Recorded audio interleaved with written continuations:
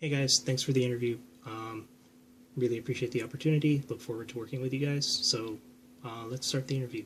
So a recent success that I've had has been at work. We have a monitoring application that looks at numerous aspects across our entire infrastructure.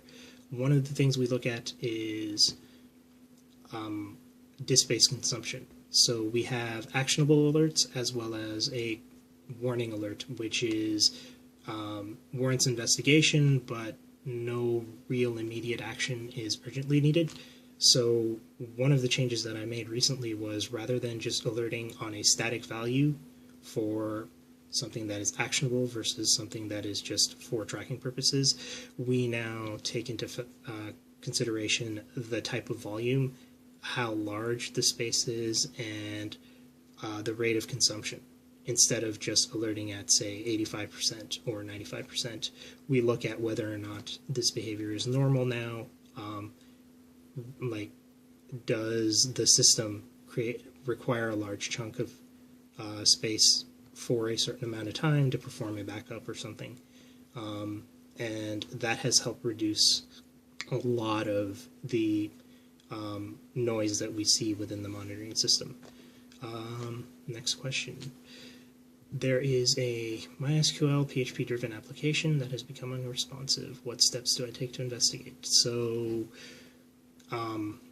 common problems would be issues between MySQL and PHP, either application issues or system issues are the things that I would troubleshoot first. So, one of the things that I would look at would be the responses when trying to connect to the application, what the responses would be when I try to connect to the application. So try to connect on MySQL's default port, try to do a banner grab on MySQL, and as well as looking at the PHP myadmin, assuming PHP myadmin is running. If not, I would look at the PHP application itself, and if there are ports that I'm allowed to connect to, if it's an API, or if it's a website, HTTP, HTTPS versus the API port.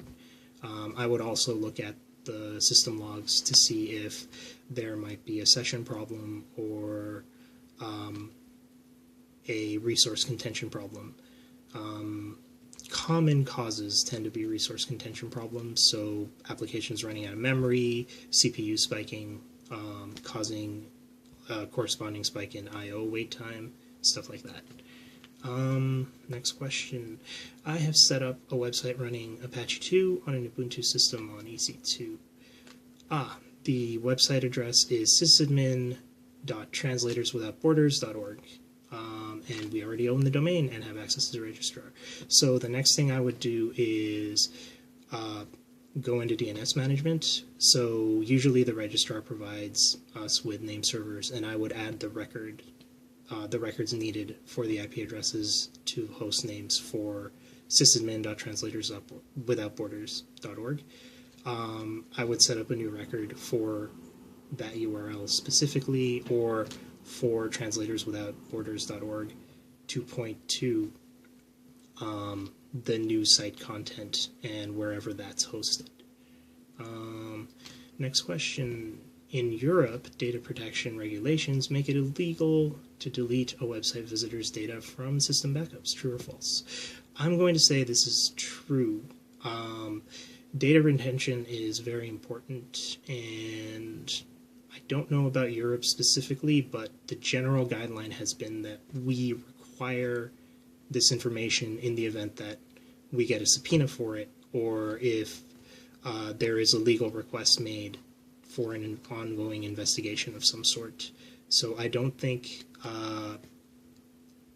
it is proper or appropriate to delete this type of information, even if it's from system backup logs, because a lot of the time evidence gathering for legal bodies, so like Interpol, FBI, or even just local law enforcement, tends to take a while, and it tends to be long enough that the information would only exist within our data backups.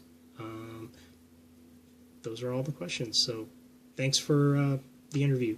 Hope to talk again soon. Thanks.